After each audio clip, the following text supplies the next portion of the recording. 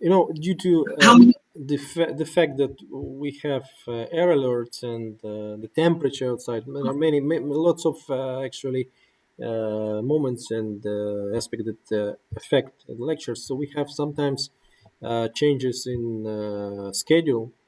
But by luck, I at understand. least the class today didn't suffer any changes, and we have a practical assignment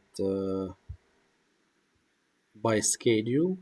Yes, and I also invited during lectures we have 7 groups altogether, and when there is a practical assignment, we have 1, 2 groups. But I invited guys from other groups to be present so that we might have a bigger audience Sure. for this event, and ask them, encourage them actually to post their questions in chat. I don't see anything in the chat at the moment, but those Maybe. who are ready to raise questions by themselves, they will probably raise hand, and you will see the icon Mm, with the hand, but probably in the end of the lecture. So sure. we have an hour and 20 minutes. I don't see the watch the screen. I cannot zoom it in. Okay, I will see it on my telephone. Anyway, so to give you enough time. And don't, by the way, don't worry if there's an interruption. Don't worry. My first lecture back in April, the very first lecture with Odessa Law Academy was interrupted in the middle. So I understand if something happens. Just let me know. Just let me know, of I will course. keep everyone in this game. No alert, even a massive missile attack shouldn't stop us and I hope not. I hope not. complete this class. It's not so many actually opportunities we have to run the classes with esteemed guests from abroad, and I think it works well for young students to get involved into international legal Mm, society, not just be focused on the national framework, because most of them probably mm, might continue not just within Ukrainian legal system. We ratified finally the Roman Statute of the International Criminal Court. More lawyers now. Some of them were forced to leave Ukraine and go abroad, but let's say in the UK, in the United Kingdom, attorneys are allowed to work as solicitors, or they can even be yes. barristers using the certificate of attorney that they received in Ukraine, which is quite a good news. So, which means that now It's amazing. lawyers are not locked by the national borders, so it's more becoming international profession, and which is good. And I'm trying to deliver it to the students to understand that Mm, you shouldn't be mm, locked by the understanding that you are Ukrainian lawyers. You are lawyers like the citizen of the world. So the more you I are agree. used to work with foreigners, international professors, specialists, French, German, as many languages as you have, as many doors and windows will be open for you for the practice. I hope that Mm. we are on the one page with you at the moment. Okay, how many of us? One, two, three, four, five, six, seven, eight. I think in 2 minutes we can start. I don't want to waste time. Those who want to join, they will join.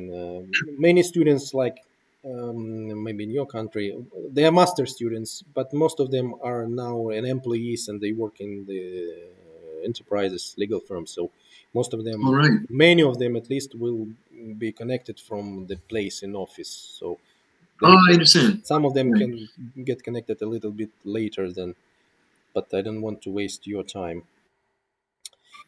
Uh, no So rush on my side.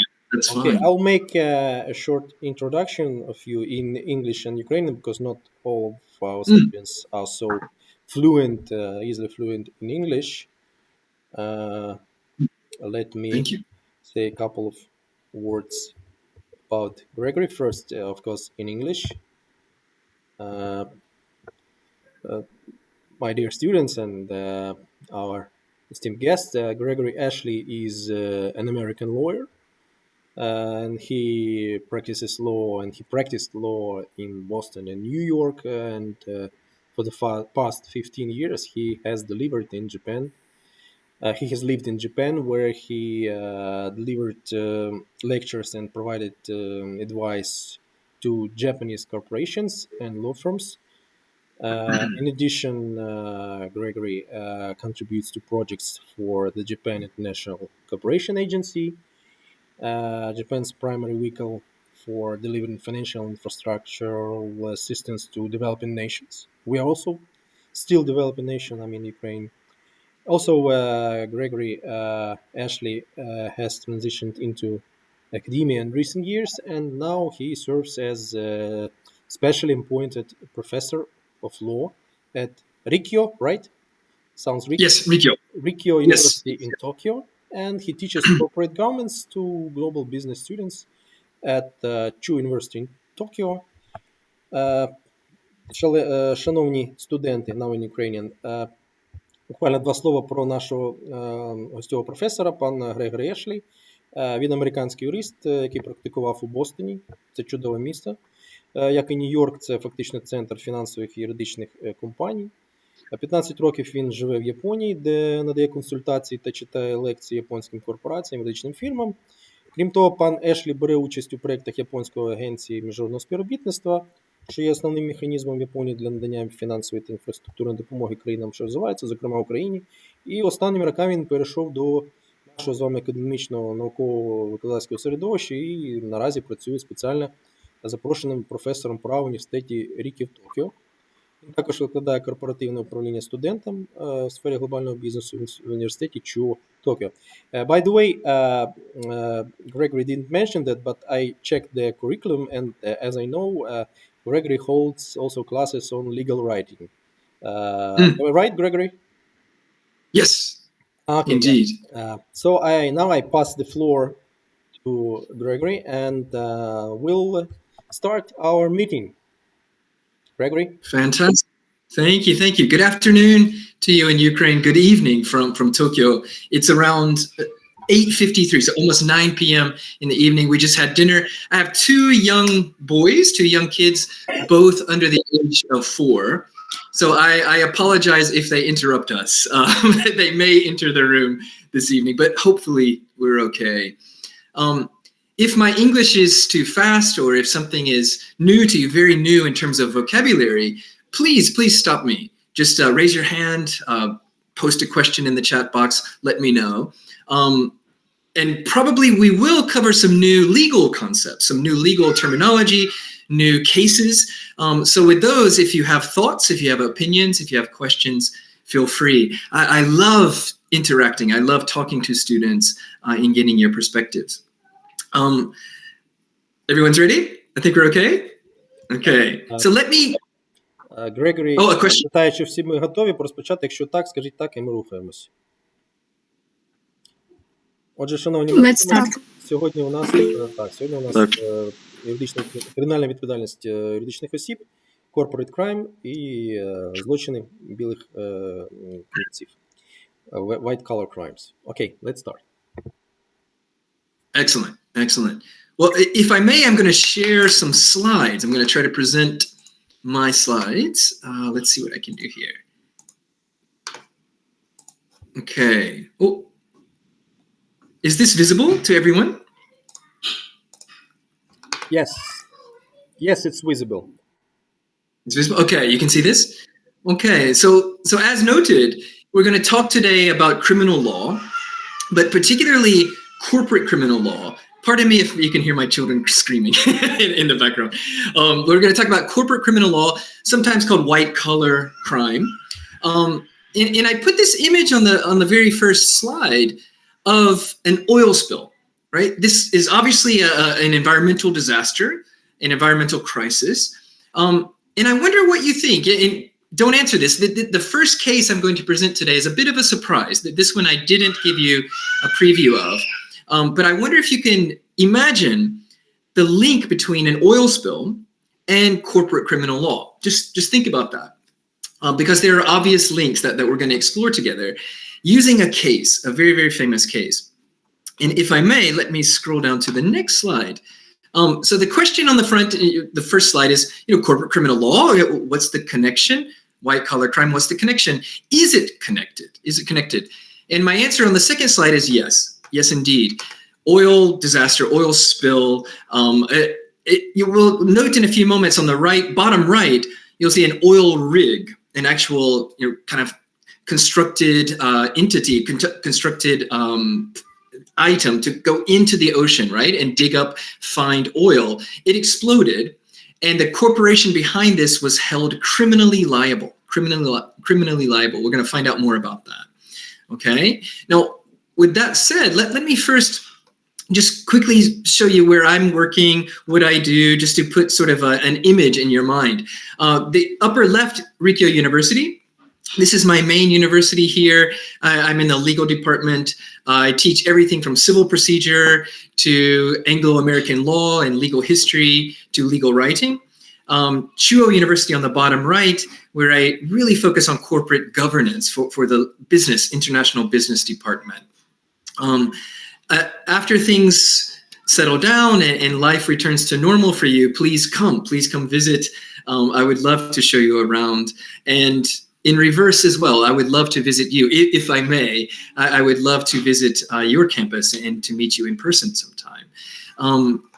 Now, one other quick thing I just wanted to point out here. I'm in Japan, right? Just to show geographically where I am. So I'm in Japan. I've been here for about 15 years, as mentioned before. I wonder, has anyone been to Japan before? Any raising of hands? Or That was my dream. Well, you're welcome to make it reality. You're welcome to make it reality. The movie, by the way, is Shogun. I think they got Oscar this year. It was really. Oh yes. Into the right. atmosphere. A lot of people are happy about that here. Yes. Yes. So anyway, that's where we are, and it's wonderful. It's wonderful to have this chance today. It's wonderful to have this platform, right? Using the internet to connect like this. So thank you all very much. Now, digging into this first case, it's known as the Deepwater Horizon case. This is the surprise case study I wanted to share. Hi, pardon me.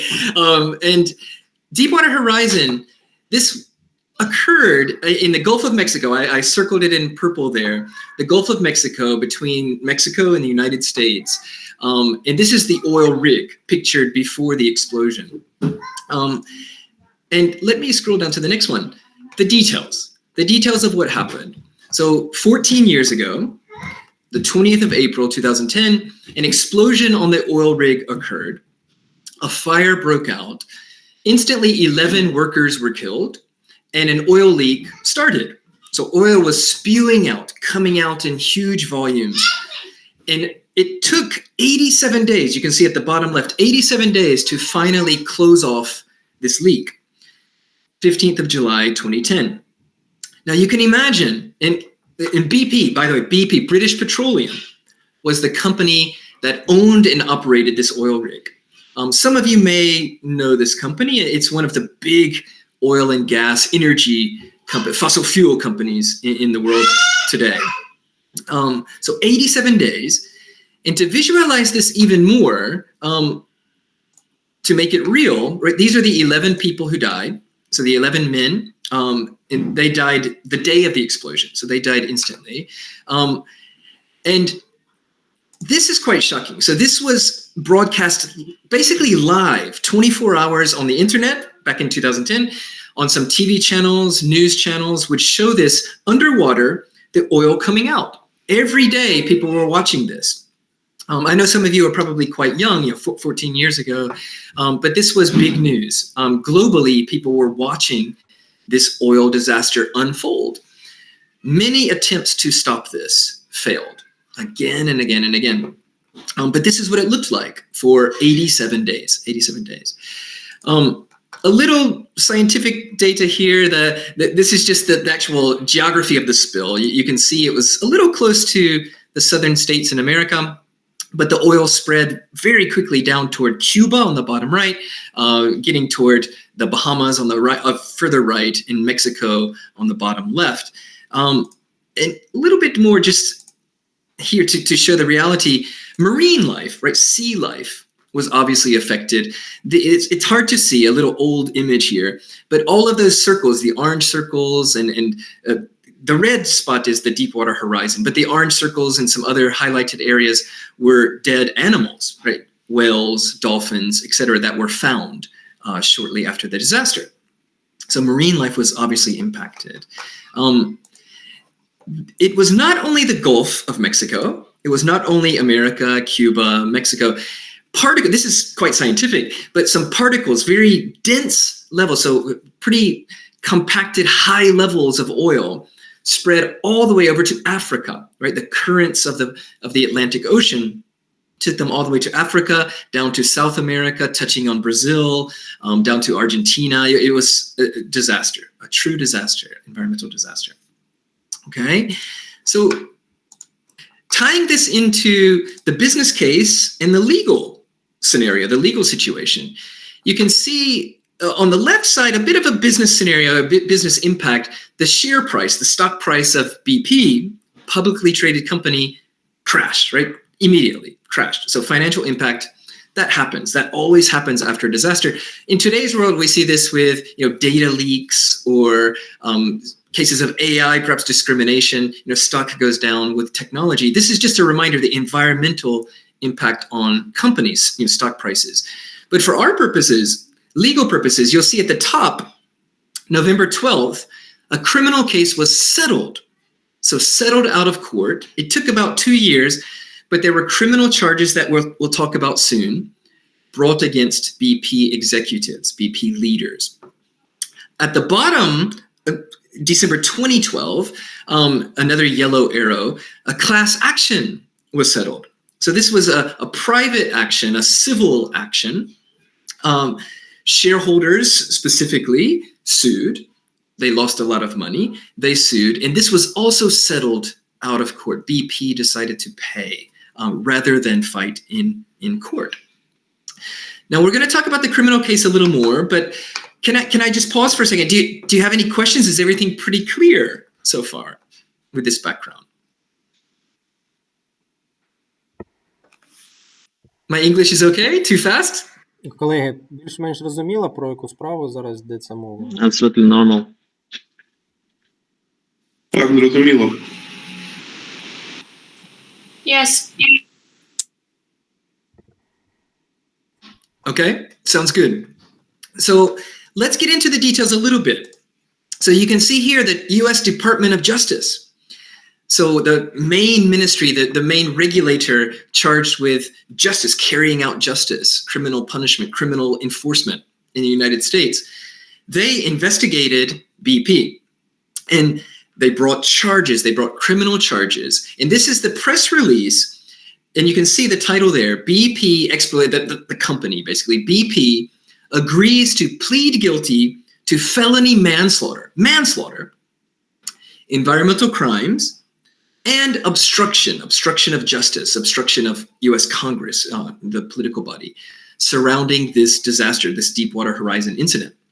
And at the bottom, I highlighted they paid about $4 billion USD in criminal fines and penalties. But if I may, just think for a moment, the first charge and the first agreed settlement here, they were charged with felony manslaughter.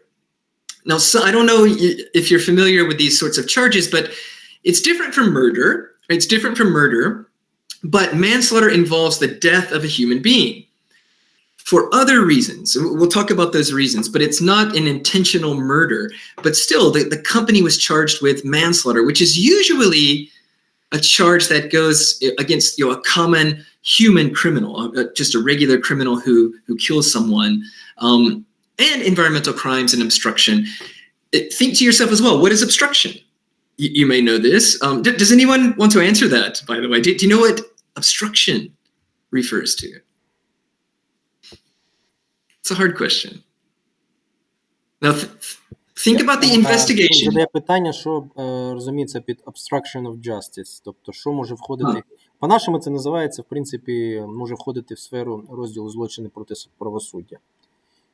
Але тут мається на увазі якраз злочин проти, вони не надавали свідчення Конгресу, там же ще розслідування ще Конгрес, але він теж має право витребовувати покази свідків. Можете відповісти на питання, як ви це розумієте? Я вам перекладу або англійською. I'll give them a minute to answer a question or give a hint what they're asking. Okay, so if you happen to know, in this case, specifically the DOJ, the Department of Justice, was carrying out an investigation, right? Interviewing people, looking at records, checking data, checking board minutes, a kind of corporate issue. But BP was not cooperating. Oh, yes. I see a question. It's not a question. I'll probably deliver what my students wanted to say. That we have in our criminal or penal code, some call them criminal, some call penal, Carney Codex. The obstruction of law is basically when you try to obstruct and to create barriers for actually enforcement of justice. In which way? If there is a criminal case and criminal proceeding, you can conceal, for instance, the details and can be of significant importance for the criminal process. And this is the first and one of the foremost significant actually cases of the obstruction of justice, because when you conceal the facts and figures, then you cannot there is no way to normally actually handle the criminal proceedings. And this is there can be others, but what BP did, they were trying to conceal the documents, the facts, and even the reports based on which there was actually the origin of this disaster. There is a funny story. If we have minutes in the end, I will tell what I know about what were trying to conceal and what kinds of negligence was involved from even the state agencies before this story happened. Sorry for interrupting. Right. No, that's a great point, though, because prior to this, there were warning signs. There were red flags about specifically Deepwater Horizon, this oil rig. And there's a lot of blame, a lot of fault to go around. But exactly right. Obstruction, just think of, blocking or not cooperating, not helping the investigation, and actually sometimes hiding documents or refusing to give interviews. So this was a pretty serious charge, obviously. On top of manslaughter, on top of environmental crimes. So this was an agreement where the company decided to plead guilty. They agreed to plead guilty. Yes, we are guilty. We did this $4 billion in USD in criminal fines and penalties, major penalty. Now, I want to just highlight for a second how unique this is. So this is actually under maritime law, that the manslaughter charges came under maritime law, so which means shipping law related to the laws of the sea. So like on the right side, you can see, cargo ships going all over the world. There's a special set of laws that govern their behavior, govern their contracts, govern their safety regulations, etc. So this actually came under maritime law. Although the Deepwater Horizon was an oil rig, right? It wasn't a ship, but it classifies, or at least at that time, the U.S. government said it classified as a maritime structure, so a sea-based structure. And a specific federal law on the left side, 11 felony counts were brought under this 18 U.S.C. section 1115. Criminal liability, this applies. So it applies criminal liability when deaths occur due to negligence or misconduct of a ship's officers or other parties like leaders, executive leaders. And this was rather unique. Yeah. Oh, Professor, you want to add something? I'll cite to the students. Це стаття фактично Кримінального кодексу. У американців все кодифіковано за номерами, у них величезний кодекс. Це стаття про загибель людей через недбалість або злонамірні дії. Misconduct і negligence. У нас, як правило, загибель через недбалість. Злочинна недбалість, скажімо так. Thank you. Thank you. Well, thank you. Thanks. And we're going to talk about the details of this a little bit, but a kind of unique application of this maritime law. So 11 felony counts. Probably you can guess this relates to the 11 workers who died during the explosion. Okay. So let's break this down. Now I want to show a little bit of detail here. With many criminal charges, there's an element, a key element called mens rea. And I wonder, I don't know, Professor, but maybe some of you have encountered this before. Mens rea. Does this ring a bell? Does this sound familiar to any of you? Mens rea? Це називається об'єктивна складова. Тобто безпосередньо те, що стосується діяльності суб'єкта, суб'єктивна складова складчина. Що саме було входило в наміри, чи там був злочинний намір, чи там була просто недбалість. От зараз він буде аналізувати суб'єктивну складову цього злочину. Він називається mens rea. There is also actus reus, but I think об'єктивну складову actus reus ми будемо розглядати трошки пізніше. Він вже пішов по теорії. Thank you. Excellent. I'm glad you mentioned actus reus because that's the essential action, right? The action, the criminal act or alleged criminal act. But the question, quite often the question in criminal law cases is about mens rea. What was the mental state? Was there intent? In this instance, under the, let me just, oh, I'm sorry, Professor. I said in Ukrainian, it's мотив. Зараз вони мотив будуть розглядати. Excellent, excellent. So under this particular maritime law, this particular federal law, 18 USC 1115, intent is not necessary. So intent, purposefully, on purpose, my goal, my desire is to hurt someone, right? That's not necessary for this criminal charge to stick, to apply. So I put an X there. Intent is not necessary. However, if the government can show that the actor, the person or party who did the actus reus, if that person or party had reckless disregard or indifference. Now, this is one element. So reckless disregard or indifference, they know about the risk, but they don't care. They ignore it. And then they take an action, a risky action. Okay? So that's one way to prove this. If they know there's a risk, they know they should do something. They know they should act safely, but they don't.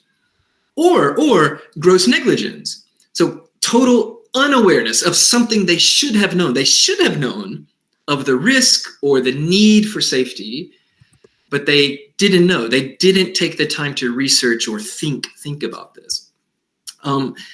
So that's why this is actually an easier charge, right? An easier felony count for the government to pursue, to try, because they do not have to prove intent.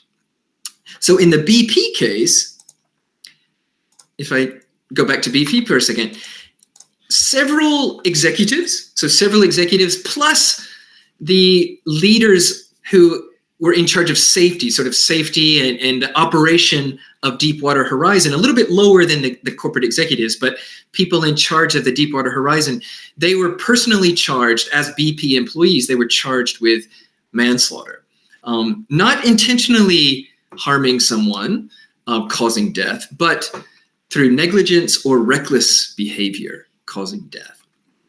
And it's, this was the sort of, the legal element of this. And I mentioned the stock price as well, but looking at the logo, you can see what happened to BP afterwards, right? If you become a legal professional in the future representing a corporation, let's say in-house, right? In-house lawyer, you're a corporate lawyer for company ABC. Brand reputation, right? If you have trouble talking to the board, convincing the board or the CEO, the CFO to be careful, to follow the law, you can sometimes tell them the law says this, and don't forget brand reputation, company reputation. So if something goes wrong, you pay penalties, you may go to jail, and the company itself may have this sort of viral attack, right? These are obviously artistic criticisms, judgments of BP. They lasted for years, lasted for many years. Okay. So what do you think? That was a surprise. I apologize that the BP Deepwater Horizon case, but what do you think about, let me go back for just a second to ask, what do you think about this use? Using seafaring, kind of shipping law to apply to this case and bring manslaughter, death-related criminal charges against corporate executives. Good outcome, fair outcome?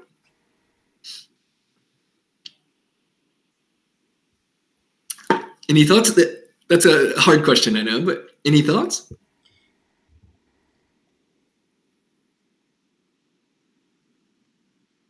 And don't worry, this is a surprise. I know. Don't worry about that. Of course, it's more Oh, Professor. interesting to hear it from the students, because we probably have more knowledge of this issue and may give more answers, and I can give you the answer to this question. But I reviewed this case when I was doing my green criminology study. Ah,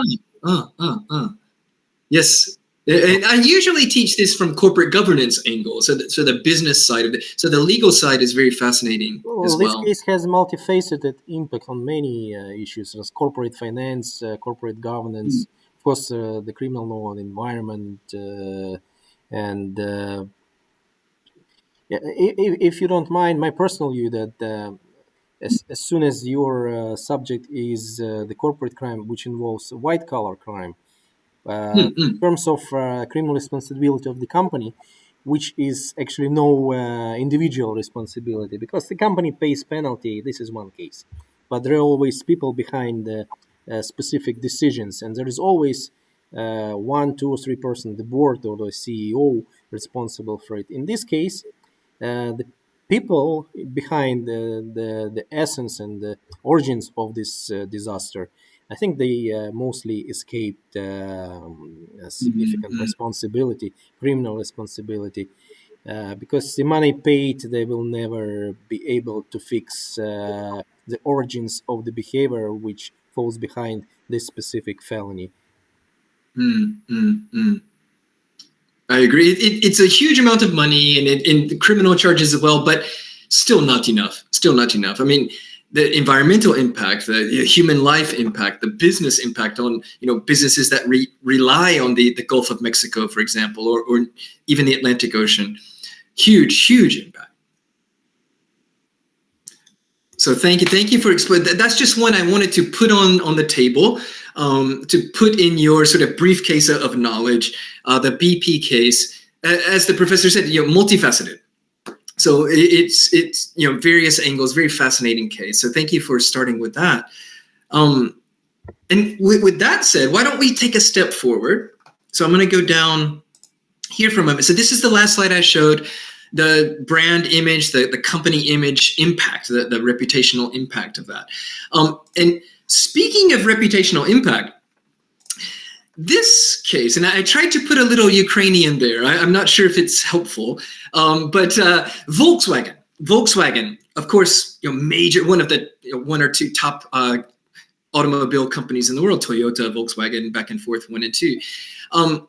In 2015, a CO2 emissions scandal erupted around Volkswagen. And this sort of image spread, particularly in Europe and in other Western countries, a sort of a play on words, a pun, Volkswagen. So deception, tricking, lying, using their name Volkswagen. And I tried to put the Ukrainian there to convey the message there. And this affected many vehicles that falsifying, faking CO2 data. The issue with this is, I just want to put this on the table, because what is criminal, right? Sometimes the question is gray. If there are deaths involved, maybe we could charge a corporation or corporate executives with manslaughter, as in the BP case. But here we get into another sort of corporate criminality, right? The true statements versus untrue statements, financial accounting, disclosure laws, securities laws, meaning stock, right? Stock on the stock exchange.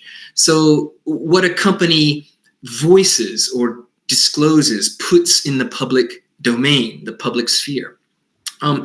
More and more of these cases are arising, including Toyota over the past year as well. Toyota has its own CO2 scandal this year. How is the Ukrainian? Does it convey the message of deception?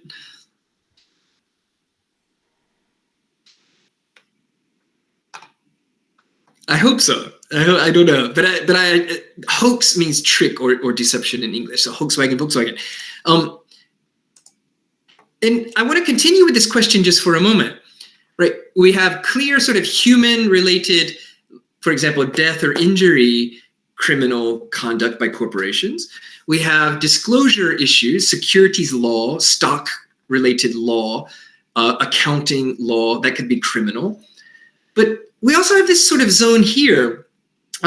In 2013, in Bangladesh, a factory, a building containing lots of companies and lots of machinery to put together clothes, right? Textile, fabric to make clothing collapsed. This building collapsed. Over 1,100 people were killed, particularly workers were killed instantly. And companies like H&M or Zara or Uniqlo, if you happen to know that company, lots of fast fashion companies, they use these factories, especially in Bangladesh. The price is very low. And regulation is very low as well, very weak regulation. So the question becomes, if something like this happens, is there criminal liability? Is this purely, an accident, right? Is this an accident, or was a crime committed?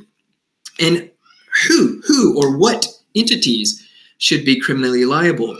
In this very famous case, the Rana Plaza collapse, this was a hugely impactful, influential case. Only very local people, very local small companies were held criminally liable. The major buyers in Europe or in America or in Japan, they had no sort of criminal liability.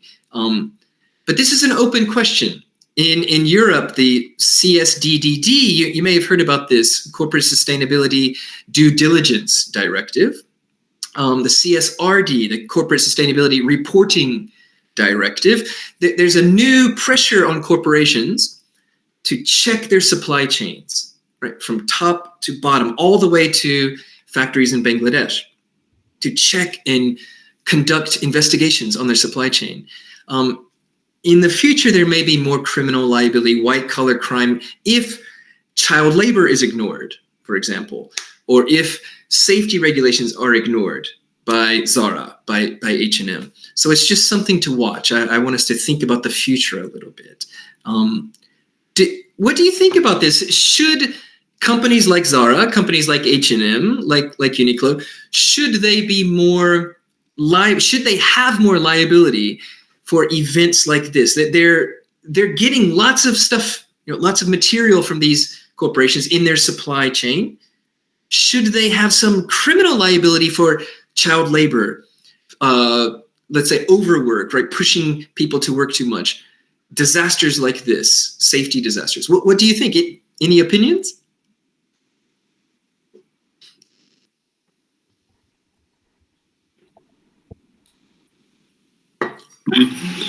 Це просто бізнес. І все.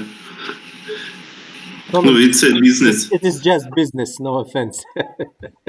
I see. Just business. I understand. Yeah, I think understand. it's one of the shareholders in the board of the directors. Maybe so. Thank you, Dimitri, right? Dimitri said that. Dmitry. Yeah. And that's one of the criticisms against. Так, це критика, але так все у нас. Ви зможете перевести, так? Це ще скажу. У нас так в світі все складається те, що великі корпорації, щоб конкурувати, шукають чим менше грошей вкладати. Той ж самий Apple теж був скандал з дитячою працею на їх фабриках. Тобто це треба змінювати повністю підхід до організації, перенесення фабрик у більш цивілізовані країни, в яких це все регулюється на рівні законів. Okay, we have a comment from Dmitry and then a raised hand from Salomia. What Dmitry said, that the only impact is criticism, yes, but big corporations, basically, they always want to minimize costs and do economies of scale. So what they do, they employ child labor, and Apple is famous for it. Other companies, I personally remember Nike had impact on this. Many companies, sports companies, use the child labor in Bangladesh, Pakistan. You know that the soccer balls are also being sued by the kids in Pakistan, most of them. But in most of the cases, this is just the criticism, and probably what might then force the big companies to do in this respect is just to move their business to more, as we call, civilized in terms of the law and the rule of law countries, but not always, because they always want to maximize profit. And the question from Соломія. Соломія, ви щось хотіли спитати? Соломія, question.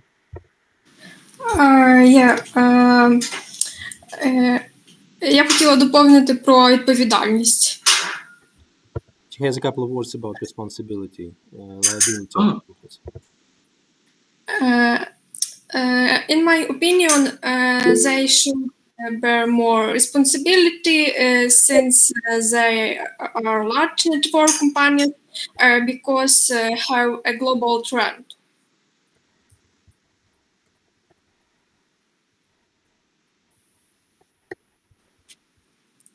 Then. So I'm sorry, Sonia, I couldn't catch the last part. I heard you say they should bear more responsibility. Global brand, so they are so. Global brand. I understand. So that's the question. I think how far others, and they have global impact. I think that's a good question because how far do we push the responsibility, right? Is it just civil, right? If they're litigated against, if they're sued for civil claims, or do we want to push this to criminal, into the criminal zone? So far, usually it's not criminal, but just keep an eye on what's happening in the EU, right? With the CSDDD, as I said, or the CSRD, that Europe is really pushing ahead into supply chain responsibility from the top, right? From these major companies. We might see more sort of criminal liability come into this area. But as Dmitry said, the counter argument is this is business, right? Business needs to, find the best ways to make profit and to minimize costs. So that's the counter argument for sure. Okay. Did I miss anyone? Anyone else? I'm sorry. It's okay? No. Okay. Excellent. But that's just one, a major disaster. Again, I wanted to share. It's important. I think it's nice to know Deepwater Horizon, the BP case, Rana Plaza, even the Volkswagen CO2 scandal. These are major issues with some debates about criminality. Okay. Now, some of you may recognize the individual in the middle. Does anyone know who that is? The person in the middle. Financial scum. Yes. Cyber criminal. SBA. Crypto. Right. Crypto criminal. In the news over the past, especially last year, but over the past couple of years. So his name's Sam Bankman-Fried. He was quite popular. You may recognize on the right Gisele Bundchen, a international model.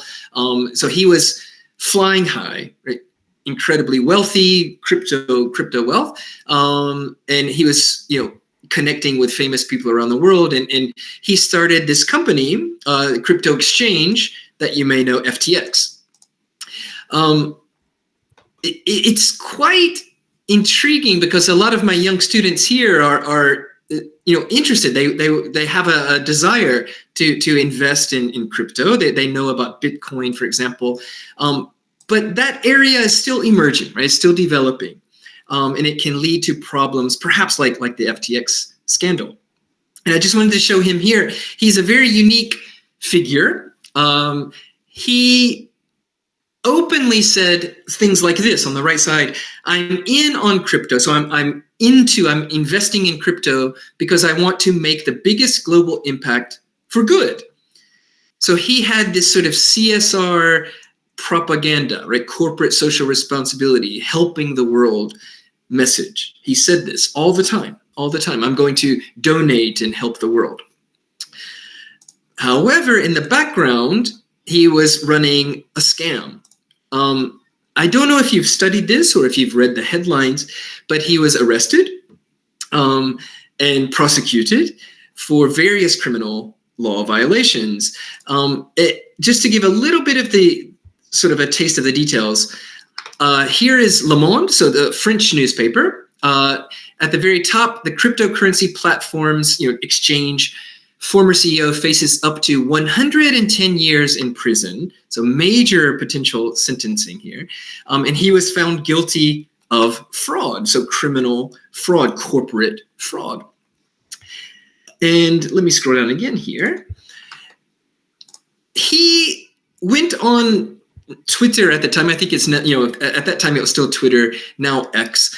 And he basically arguably admitted to his wrongdoing.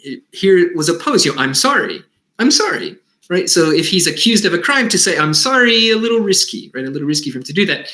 And he said, expletive, bad language, but I messed up, and I should have done better. So he's sort of admitting something went wrong, right? Something went wrong. So there we're getting into this mens rea already of perhaps reckless behavior, right? Already we have this admission, right? We can at least say he was reckless, definitely negligent, right?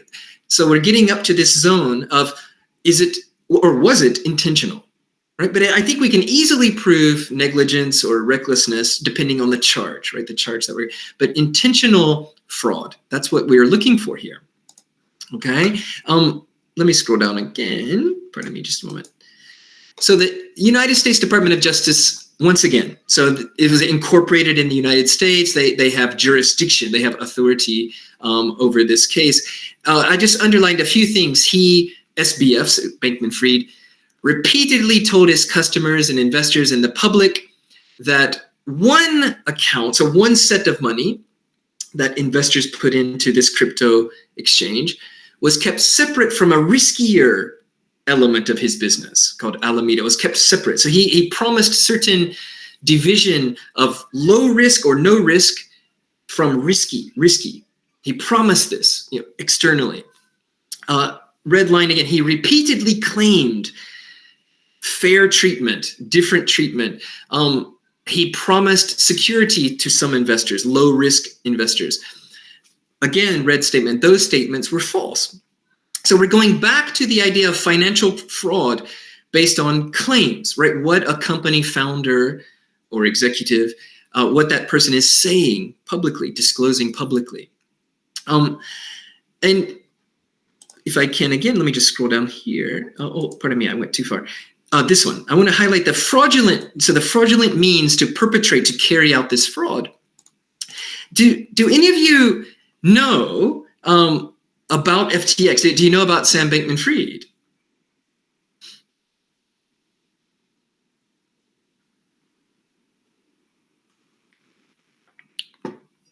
Perhaps a little bit. You may have seen some headlines. But what do you think when it comes to crypto? Right? Did someone have something? When it comes to crypto, one argument is the risk is known, right? You should know the risk. Dmitry is going to speak in. Так, я чув за цю біржу і за цього. Це був найбільш впливова людина Японії та США. Він навіть входив до Forbes і займав перші місця в Китаї, якщо не помиляюсь. І потім за один день він втратив всі свої 26 мільярдів. І його компанія збанкрутилась. Ось це була біржа, три були: Австралія, Японія та США, у них були підрозділи. І все. І зараз він отримав 25 років, якщо не помиляюсь, за мошенничество. But Dmitry said that he knows this crypto exchange, and it had affiliations in the United States, Australia, and Japan. He also tried to do business in China. China didn't welcome him, and in one day he lost, not he, because his money is his money now. Actually, they had to be found out. I think he actually channeled some money from the company away from this business. But the company lost 26 billion, I think, in capitalization in one day. And he's charged, what Dmitry says, with 25 years, the sentence. So this is basically one of the biggest frauds in the financial history. And that's a great point. 25 years. going back to the Le Mans slide, I mean, the potential was there for 110, right? It was up to 110 years in prison.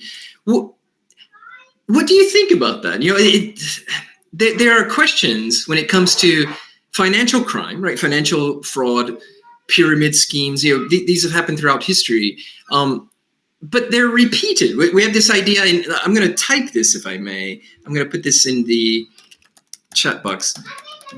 Recidivism. So recidivism is sort of a criminal law word, but it means repeating, right? Repeating crimes. Now, SBF, if he were to do this again, right, we would call him a recidivist. But some corporations, right? Corporations are often recidivist, right? They commit a crime, then they commit a similar crime 5 years later, 10 years later as another similar crime, this repetition of crime. Personally, I'm interested in lessons, right? If companies learn lessons internally, or if they learn lessons externally from cases like this, right? If other crypto exchanges are learning or have learned from the FTX disaster, if other companies have learned from the BP disaster, et cetera. That's an open question, right, about recidivism and learning. But 25 years, perhaps more would be justice. We don't know. So that's. I wanted to kind of orient us now toward financial crime, because this is one of my favorite cases to introduce. Coming next, if I may. Let me scroll down. This case. I don't know if any of you watched the short video. I recommend if you have time after this, and if you have not, kind of watch the little video on Theranos. Theranos, not a hugely famous case outside of America or outside of the world of law. Now, it's not so famous now, but it was quite famous around 2018, 2019. Theranos. And I want to show you the founder, Elizabeth Holmes, and the valuation. We mentioned a moment ago, 26 billion for FTX at one stage, but Theranos itself was also a so-called unicorn, a highly valued $9 billion private company. So a lot of private investment into Theranos. And Theranos itself made Elizabeth Holmes a star. She was a corporate star. The next Steve Jobs, right? The founder of Apple, renowned, so famous as a business person before he died. So she was called the next Steve Jobs.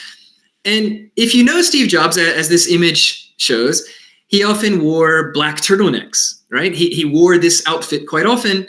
She did too, right? So she used this comparison very advantageously, very favorably.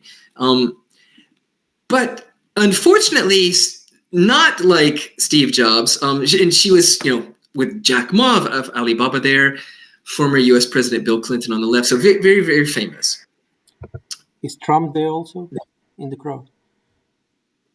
Oh, perhaps. do you see him somewhere? Perhaps. Okay, sorry. Right, but Jack, if you don't know Jack Ma on the right side, he's the founder of the Chinese major company Alibaba. Alibaba, hugely successful company, and Bill Clinton, former U.S. president. So she was flying high, right? She was beloved. Everyone trusted her. However, this device, the slide's a little bit sloppy here, but blood testing, medical testing, it's difficult. Right, we have to give on the left side, for example, normally give vials of blood, several vials of blood to have testing for diabetes or cancer screening or genetic issues, right? And it takes a lot of machinery, expensive, large machinery to test our blood. Theranos, Elizabeth Holmes, wanted to put all of those devices into one little box, right? One box on the right that would require only a drop of blood or a very small amount of blood. It was going to be basically the Apple of blood testing. The vision was for everyone to have one at home, right? We could test our blood sugar or other components of our health every day, just like we have an iPhone or smartphone. This was the idea. valuation very, very high. It sounded nice. It sounded very, very nice. Major problem, she was lying. She was deceiving the public. This is a little sloppy as well. I apologize. I can't really share too well. But the data, the medical, the scientific data was falsified. The revenue, the financial, numbers looked good. The financial numbers looked good. They were also falsified. Very deceiving sort of scheme. And ultimately, as you can see here, she herself, Elizabeth Holmes, the founder, was sentenced to more than 11 years in prison. She's in prison today. And she'll be there for quite a while. And this is the video. We're not going to watch it today, but I recommend watching it. And it goes into some of the power dynamics. If I go down here, the board was fantastic. The board had people like Henry Kissinger. I don't know if you know him. Very, very powerful politician who died recently as well. But had politicians and former secretaries of defense of the United States, a scientist, a Centers for Disease Control scientist, doctor on the bottom right side. Very, very reputable, famous board members. But they were also deceived. I wonder what you think about that. Let me just pull this up. So she was sentenced to more than 11 years for fraud. 4 counts of fraud out of, I think, 11. So 4 out of 11 or 12, she was found guilty. How can this happen? Right? Scientific data, blood testing data in locations where patients were being given results. It was used by patients in the real world. And of course, they have concern too, right? Maybe false information, unreliable health data. And she was sentenced to 11 years for financial fraud, right? Basically accounting fraud and false statements, etc. How can this happen? Well, again, we've seen this before. Why didn't we learn? This is a sort of repetition, right? Recidivist. How could she fool so many people, deceive so many people? What do you think?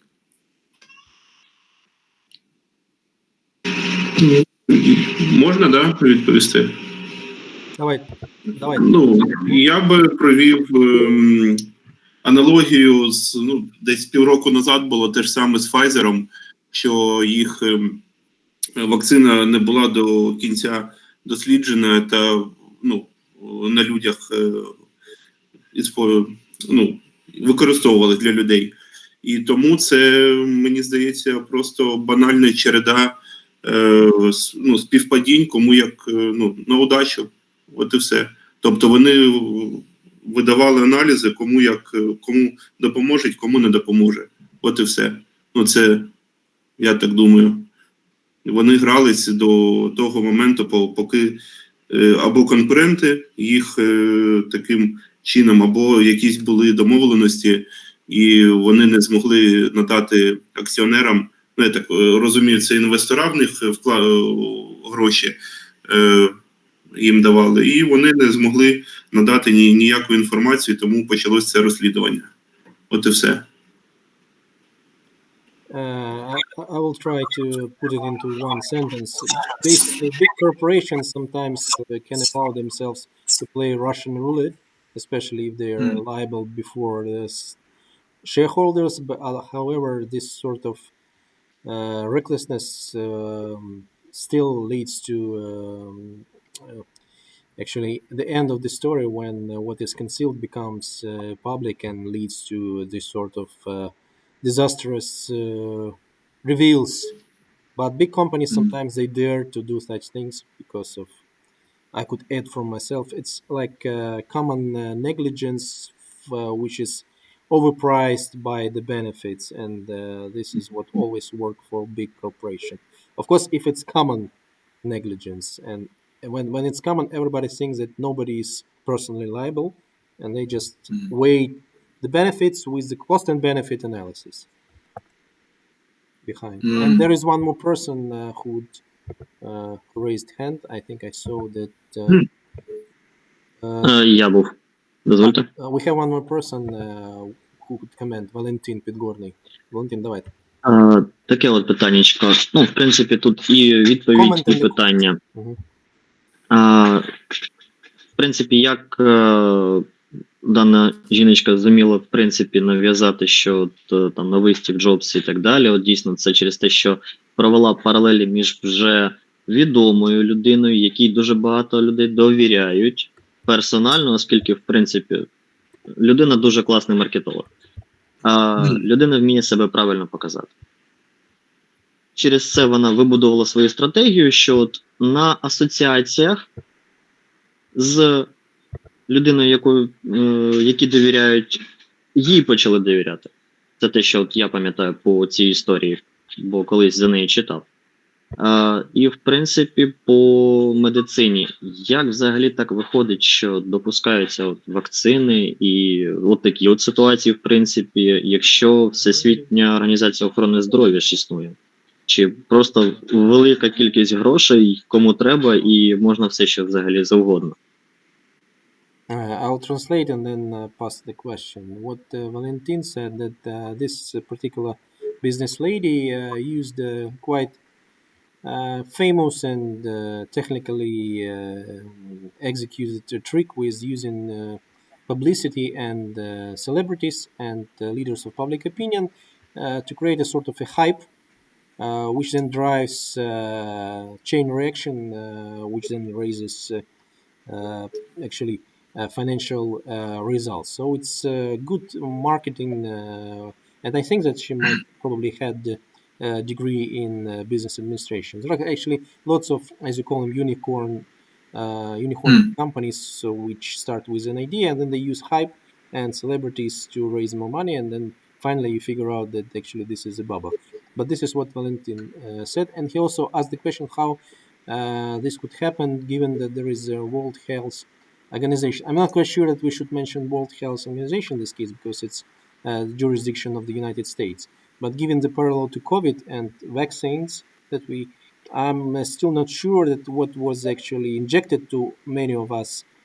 In the years, we'll figure out that it might probably could be another bubble and the money raised from the tragedy of a virus, which we still don't know if it appeared by itself or was artificially disseminated around the world to raise funds and money from this fraud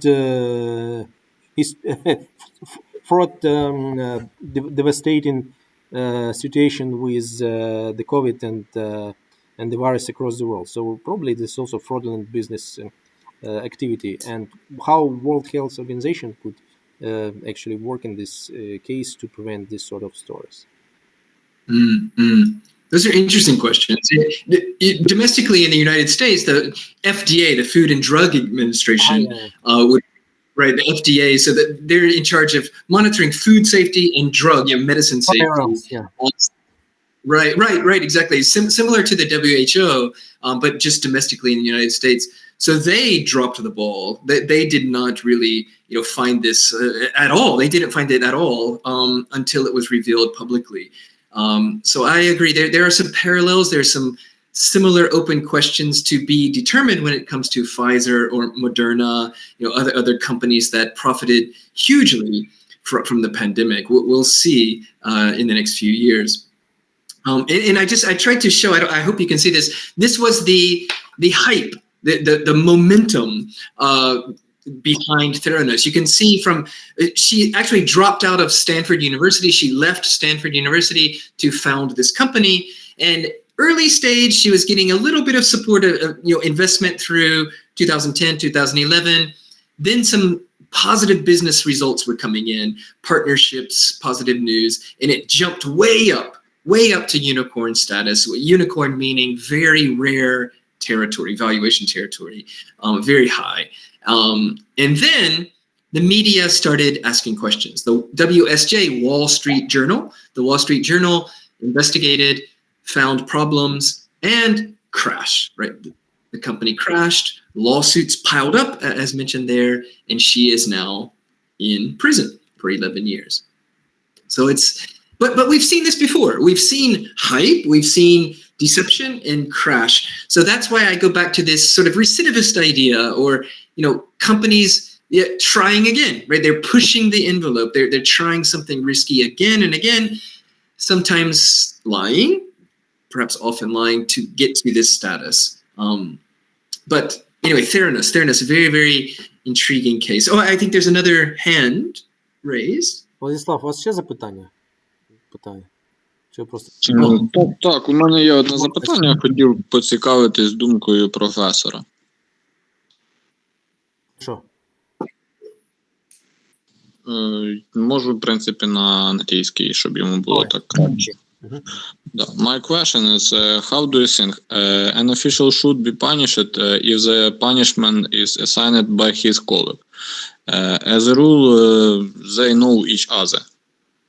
Як бути в такій ситуації? Я просто не знаю, чи професор орієнтується в системі нашого правосуддя, бо на слайдах презентації видно там, як таких осіб, які мають немалі статки, притягують до відповідальності.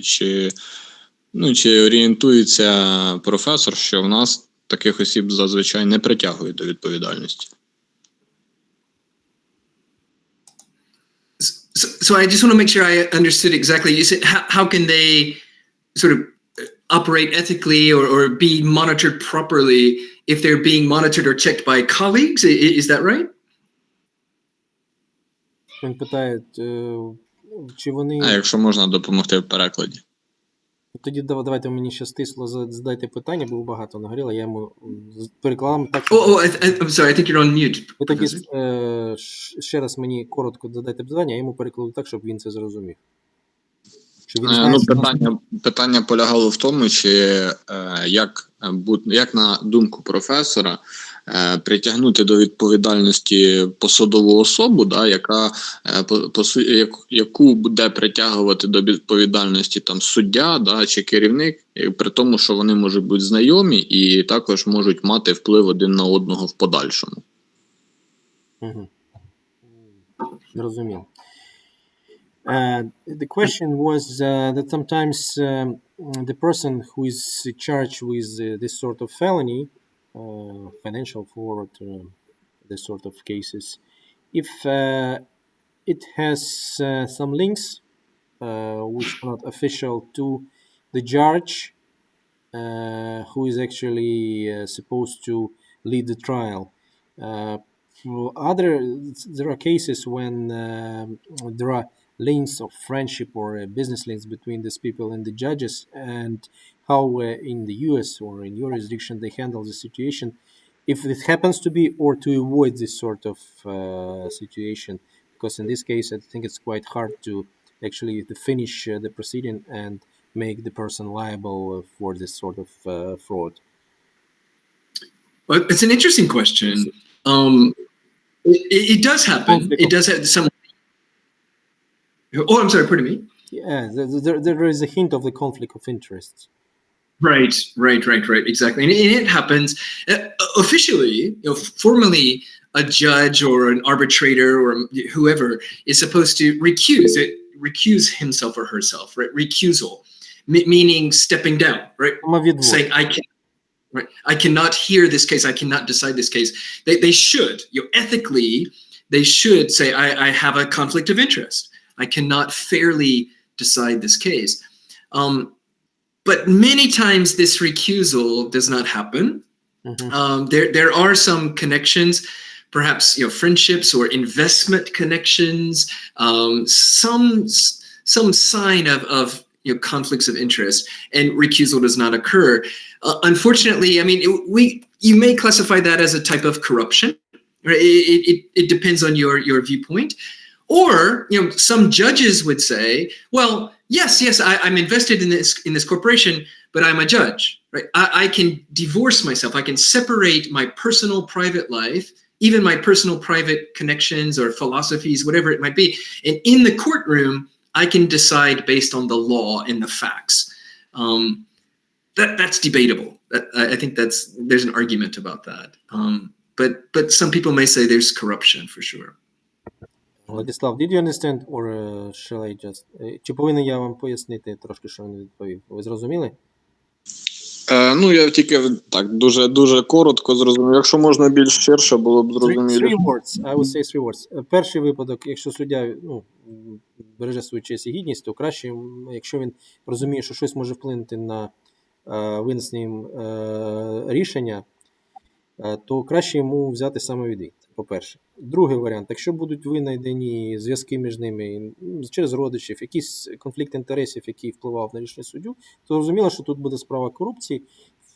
Відповідно, це вплине на його рішення, але воно рано чи пізно вилізе і буде мати наслідки. Третій варіант, також, якщо у судді є корпоративні права, акції, облігації цієї компанії, тут може бути і корупція, і вплив на його рішення, краще взяти саме відвод. Але він в середньому каже, що все одно те ж самі зв'язки, бізнес-зв'язки, вплив на рішення через знайомих, те, що в принципі у нас має знак конфлікт інтересів, все одно дійсно у них теж має місце. Тобто тут вони нічим особливо від нас не відрізняються.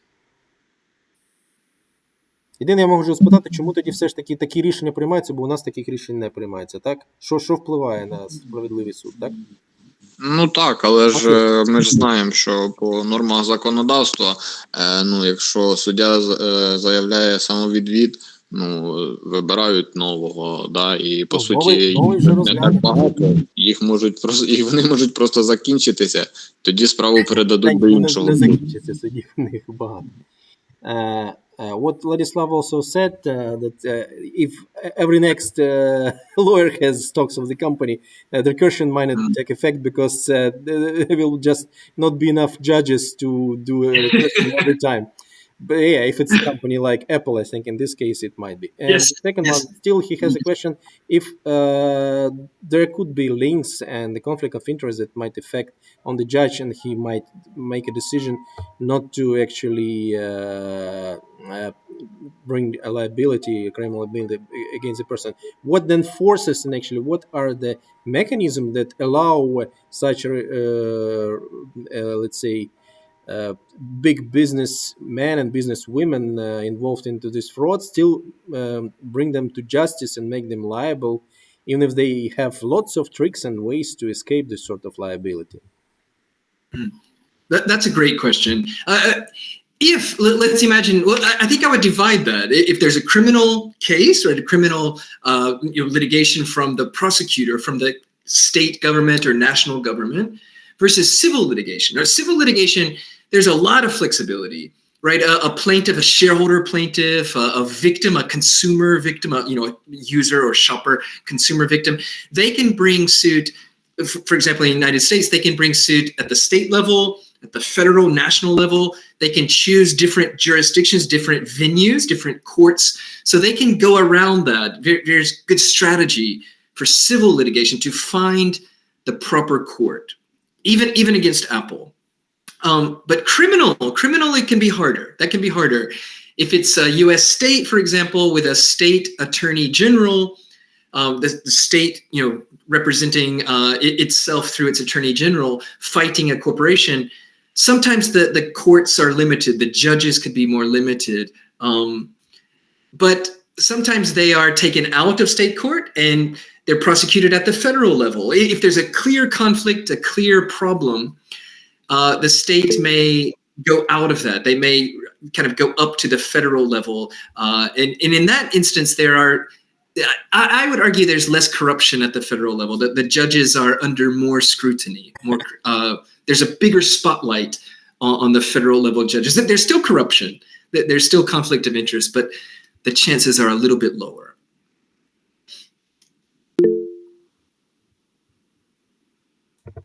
We can continue. We still have a little bit of time, and one question in the chat also.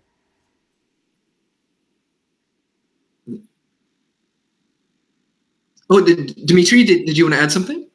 Дмитрий, давайте ми завершити. Давайте тоді, може, продовжимо, я не буду там... Let's continue. Так. Move to the finish. Take your time. Oh, sure. Sure. I just wanted to show one or two other little things to put on your radar screen. Let me go down. And by the way, great questions, fantastic questions.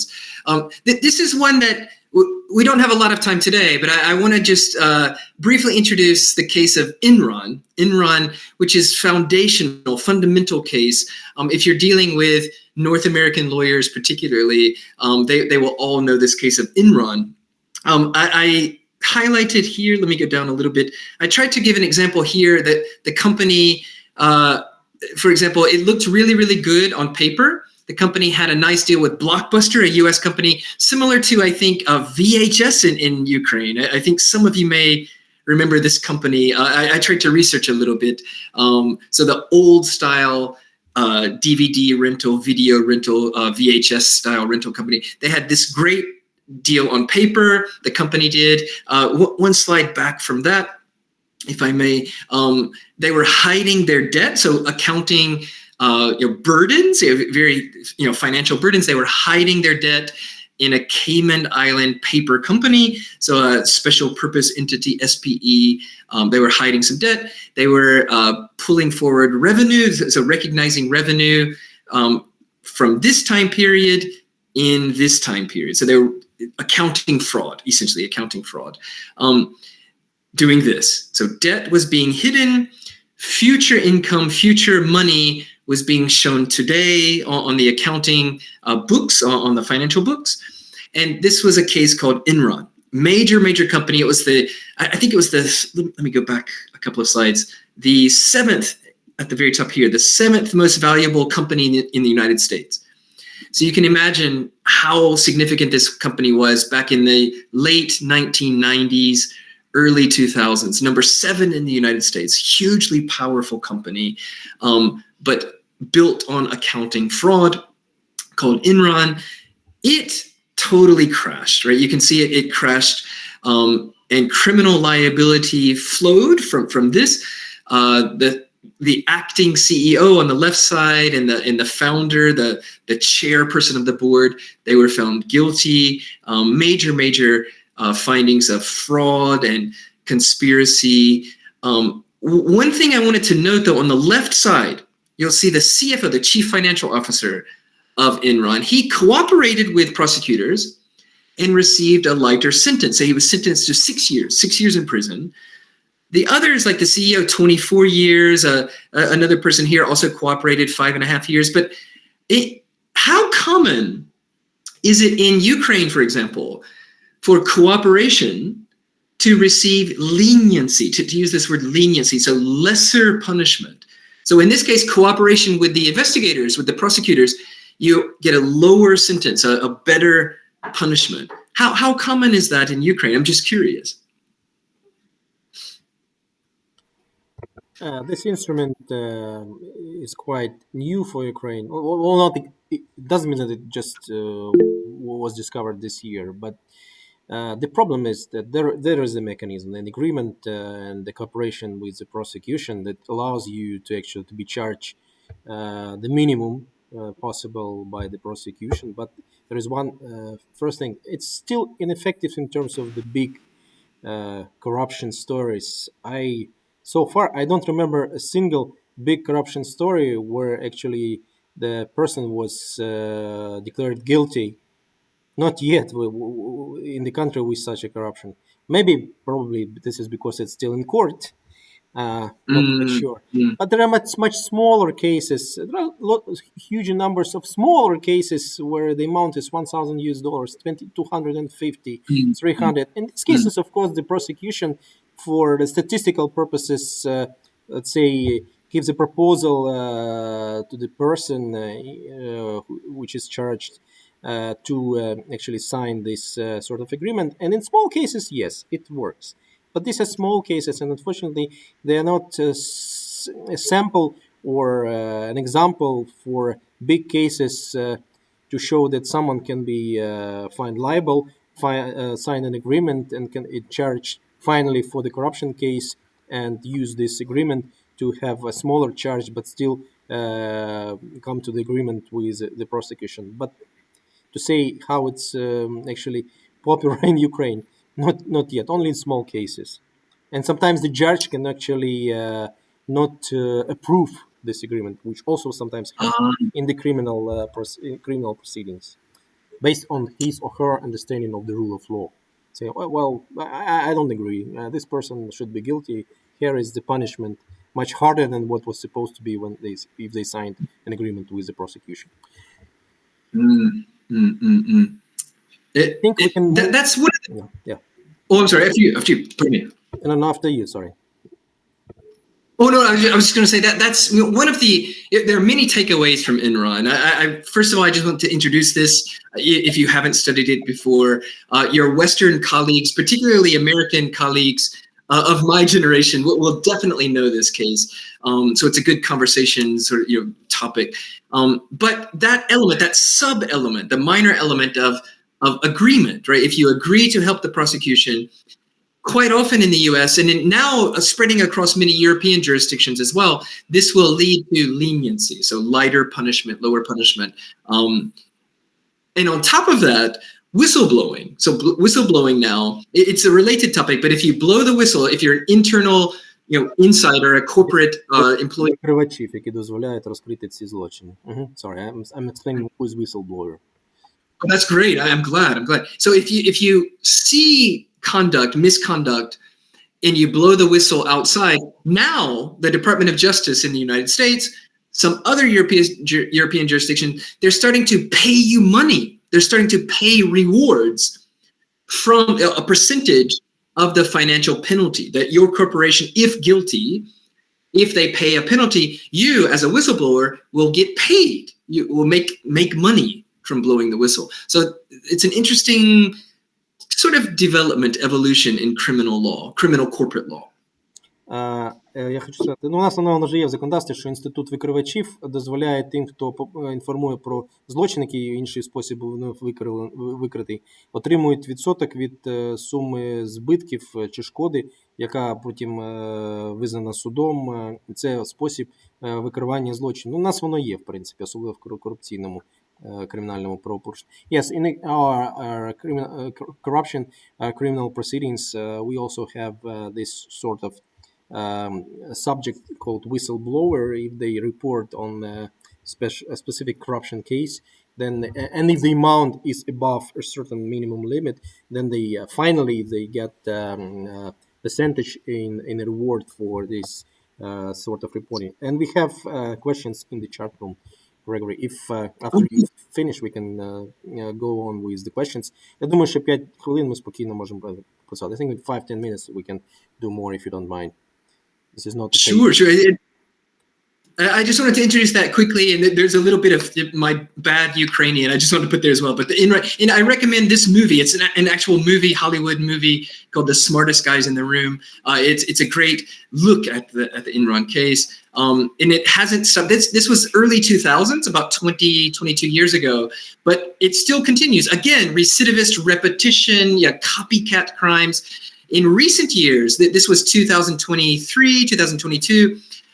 German company Wirecard, very similar circumstances, false accounting, major German company collapsed in financial sheet falsification, deception. So it happens a lot. Yeah, and the last the huge accounting company Arthur Andersen, which was in charge of the balance sheets, actually it collapsed. One of the top 5. Величезна аудиторська компанія була знищена, вона зникла просто з мапи аудиторської компанії Arthur Andersen, тому що вона була аудитором Enron. And I think we are having incoming questions from Valentina Green. Okay, it will be the first question in the room. Good. So that's the major thing. The last one is about Nissan case, but we can skip that for now. So just a lot of themes of repetition and and I wanted to highlight the major cases today for you. Can I look at see the questions a little bit? The first one. Let's see. What are some of the biggest legal and ethical challenges when it comes to holding corporations accountable for corporate crimes? And how can governments do a better job of enforcing laws to prevent these crimes by companies? Great question. That is interesting. I think holding corporations accountable, the biggest legal and ethical challenges, legal challenges I think would be, first of all, enforcement, right? Enforcement of, if there's an investigation, if there's a prosecution, then enforcing the penalties in some cases. and if it's settled out of court, sometimes Elizabeth Holmes, for example, she received 11 years in prison, but some people say she should be in prison much, much longer. So I think enforcement of what the actual laws on the books say, right? If it permits 20 years in jail, 25 years in jail, 50 years in jail, maybe fully enforcing those for a while, rather than settling or giving leniency, that might be a message for corporations to act more responsibly, more legally. How can governments do a better job to prevent these crimes, enforcing laws to prevent the crimes? That's a hard question. And on the screen now, there might be some relevance here. After Enron, this was a major act passed in the United States called Sarbanes-Oxley.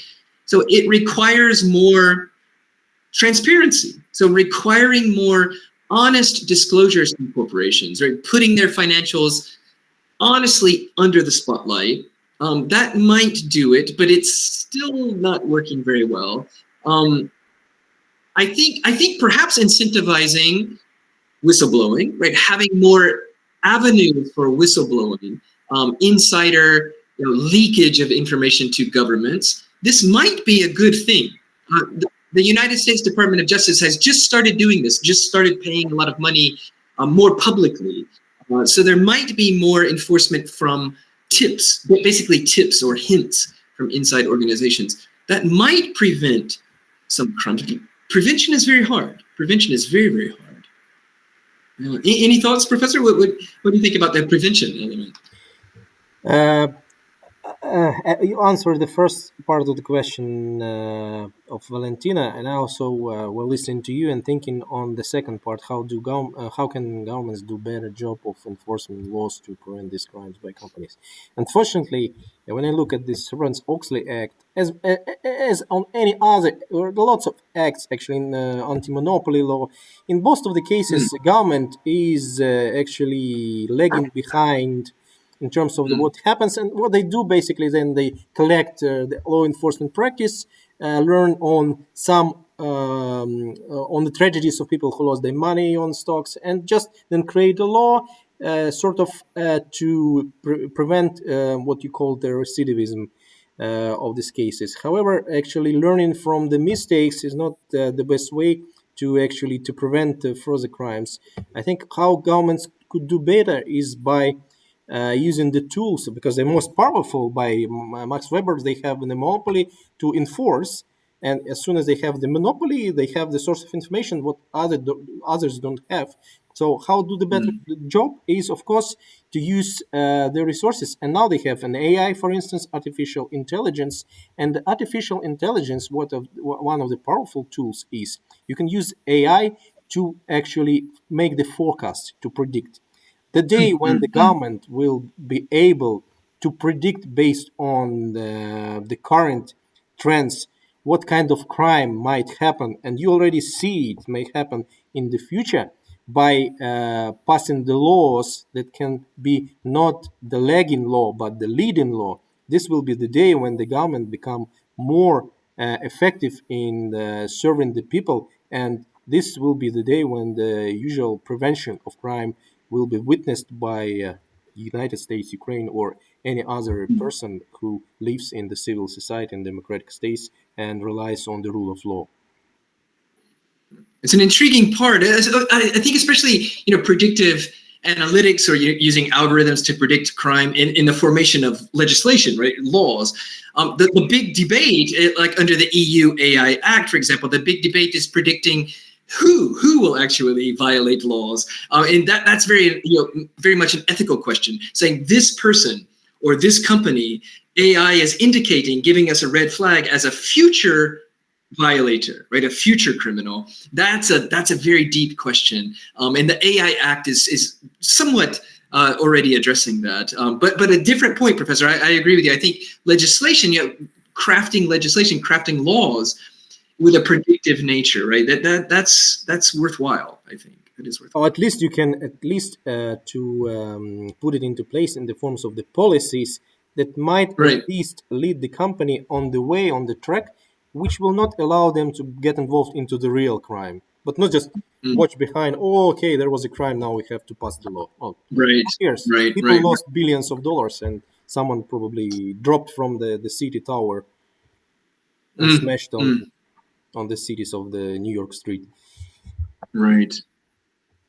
But excellent, interesting. But prevention, very, very difficult. Good question, though. Very, very good question. The other questions I see, so what are the main differences between corporate crime and white-collar crimes? Well, to be honest, they're often, these phrases are often used interchangeably. But if you want to get into the details, maybe corporate crime, we might sort of specify corporate crime as crimes by corporations, or crimes that might be attached to or blamed on the corporation, the corporate entity itself. And sometimes we might think of white-collar crimes as more carried out, perpetrated by an individual actor, an executive, a board member, that person wearing the white collar, right? So the individual actor doing something that is in violation of a business-related, financial-related law. But generally, they're used sort of interchangeably. The second question: how globalization affects the fight against corporate crime and the attraction to corporate crime. Interesting, globalization. Yeah, there's a lot of cooperation now, much more cooperation between jurisdictions when it comes to corruption, right? Fighting corruption, bribery, for example, let's say in Brazil, a case of a corporation or corporate actors bribing local officials. Now the Brazilian government will quite often cooperate with the United Kingdom government, for example, or the US government or the French government in bringing justice, sometimes extraditing, sending out people to be prosecuted in those. And I mentioned France, the UK, and the US because they have major anti-corruption laws. Sapin II in France, the UK Bribery Act in the UK, and the FCPA, Federal Foreign Corrupt Practices Act in the United States. So a lot of cooperation through globalization today, using technology quite often. So that's a quick answer to that, I think. And I think the last question is by Dmitry. Dmitry? So what challenges may arise in holding the leaders of large corporations criminally responsible for involvement in white-collar crime, and what strategies can be used to overcome these challenges? So leaders of large corporations, I think, first and foremost, I think they're quite wealthy, and they're quite adept, they're quite skilled at defending themselves. So they can hire the best lawyers, the best law firms. They can create the cleverest strategies to fight, to defend against accusations. And I think underneath that, sort of secondly, I think there's, take Amazon. Take Amazon, for example. Quite often Amazon is looked at as a monopoly. I guess Amazon is not so big in Ukraine, I've heard. But Amazon, it dominates many markets. The United States, it's number one e-commerce domination. It might be anti-competitive monopoly. And there might be some criminal accusations underneath that, like how it achieved the monopoly. There could be some criminal accusations. So one unique problem with prosecuting that or pursuing a breakup of Amazon, one unique problem is people like Amazon. Users like Amazon. They like the prices they get on Amazon. They like the convenience of same-day delivery, next-day delivery. So if the government were to pursue, criminal charges or even just basic antitrust charges, which they are against Amazon, sometimes the government may face public resistance to that. So we can extrapolate from that if we go to, famous, beloved, kind of loved CEOs. Sometimes the public, they just like these people. It might be hard to prosecute those people. In some cases, the government may face that simple challenge, human challenge in those instances. So that's kind of a unique challenge I wanted to put on the table. I hope that answers a little bit. The other ones are just typical, right? It's hard to enforce. It's hard to prove. Sometimes in court, you have to have a lot of evidence. In the US, there's discovery. Discovery, so the prosecution has an advantage. They can discover, they can get your emails, they can get your documents, they can search your offices. In Japan, where I live in Japan, the prosecutors do not have the same discovery right. They cannot get your data. They cannot get your email so easily, not so easily. So that's also a challenge based on jurisdiction, right? Getting evidence. So that's a quick answer. I hope that helps, Dimitri. I might add one sentence to it. The challenge, one of the challenges in this respect is that even if you finish the criminal proceeding and the person is charged, there is always a positive result of enforcing justice. Yes. However, sometimes the positive outcome from enforcement of the law can be less positive in terms of what kind of stakeholders of the company can be affected as a result. And this is a sort of social impact. And when I say it's the stakeholders, there are the employees of the company, the total country, I mean, the stock market can be affected, the shareholders losing their money, and the whole business and industry can be just destroyed, which of course results in the loss of the wealth for many people. This is, and so there is always the balance between the rule of law and the social benefit. And sometimes the law enforcement cannot overlap the negative results of and the negative impact on the society as a whole when a big corporation like, you know, not the BP, Apple, or Amazon, which is liked by many and has many links and many businesses around it, if it collapses, then many innocent people will be also affected by this sort of the criminal charge and the result of this law enforcement. So the politicians, they always try to balance between the benefits and the costs of each thing. But we are in the rule of law, and of course the rule of law should prevail, and there is no question about it. I think, George, you may ask questions or give comments, because we're taking too much of your time and family time. The kids are. Oh no, it's a pleasure. I've enjoyed it. And just to your point, I wanted to show the Enron stock price. For, you know, these sorts of disasters have. I mentioned the Amazon case of shoppers or users, but you're right. Other stakeholders, right, including shareholders, employees. We sometimes forget about that. But there are major consequences, major ramifications, sometimes to whole economies, right? So certain companies are so intricately tied to developing nations' economies, smaller nations' economies.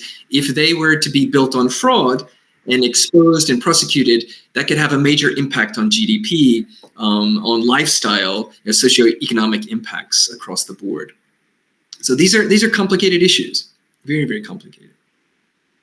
But I hope that those few cases and a little taste of some issues like mens rea in the corporate criminal context. I hope that's a bit helpful for today. I enjoyed it, and great questions. Obviously, very intelligent group today. So thank you for asking your questions. Дає багато компліментів, надав за дуже цікаві питання, те, що ми змогли втиснути в такий обмежений час стільки багато матеріалу і теоретичного щодо суб'єктивного, об'єктивного складу злочину, і щодо практики, як розрізняються корпоративні злочини, злочин білих комірців. Грегорі в захваті від нашого колективу, ви дуже розумні, потенційні правники-магістри найближчим часом. Gregory, so are we going to continue, or we can stop now and rely on recidivism of positive recidivism of further lectures and events like this in the future? I would love to do this again sometime if you have a chance. I was just going to make one final point. If you have questions, if you have any sort of your points you'd like to add, I know sometimes it's hard to share your thoughts in front of everyone or via the sort of chat system. So send me a message. This is my email address. Feel free to email me directly. It'd be fantastic to get to know you. And yes, I hope to see you again. I do apologize. The time difference. We're at 10:30 here. My children may go to bed soon, so I'll duck away. But thank you all very much. I enjoyed it. Oh, thank you, Gregory. Thank you so much for devoting so much time and your family time to our students. Cool. It was My pleasure. good and first deep dive into the global, global experiences, and specifically in the corporate crime. And I think it was a great event. We enjoyed it really so much. I think it's time to wrap up. And we probably now raised more questions for further discussions. It's very good when you're answering the question, you raise even more questions. It helps us keep on learning. So I think we can stop at this moment and get ready for further meetings. Okay, last question from Solomia. Ladies, okay, sure. you always first. Соломія, питання. Sure, absolutely. Йому треба вже лягати, класи, треба вже йти спати. Давайте, останній питанчик. I say thank you. It is very interesting. Thank you. Oh, thank you. I'm very excited also. Well, thank you. Thank you. I apologize a little fast, but I wanted to introduce several cases. I think case studies, it's just the best way to learn about white collar crime, criminal liability, to make it real, to make it very real. So thank you for doing that today. And see you next time. Good luck to your family. Hope to be in touch for further lections. I hope so. I hope number of topics and subjects to cover. Thank you. Well, thank you. And please stay. Of course, my thoughts are with you. Stay safe, everyone. Definitely. So be careful. And I'll see you. I'll see you in the future. Thank you. Thank you all. Thanks very much. Yeah. Have a good evening there. Thank you. Thank you very much. Bye. Yeah.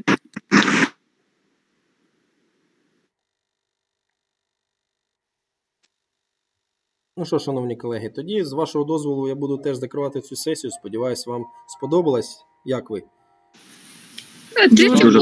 Дуже сподобалося. Така дуже обширна лекція вийшла. Я навіть сказала не лекція, тут просто стільки багато знань, дуже було цікаво. Плюс це і практика англійської, що є зараз дуже корисно, тому дякуємо вам. Дякую. Будемо намагатися робити. Це кейси, не практика така, вони люблять кейси.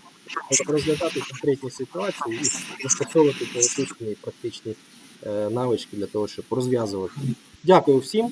Всі відзначені, всі, хто був, хтось навіть на хвилинку заглядав, заходив. Все, гарного, спокійного вечора, як сказав Грегорі, до наступних зустрічей. До побачення. Навзаєм, до побачення.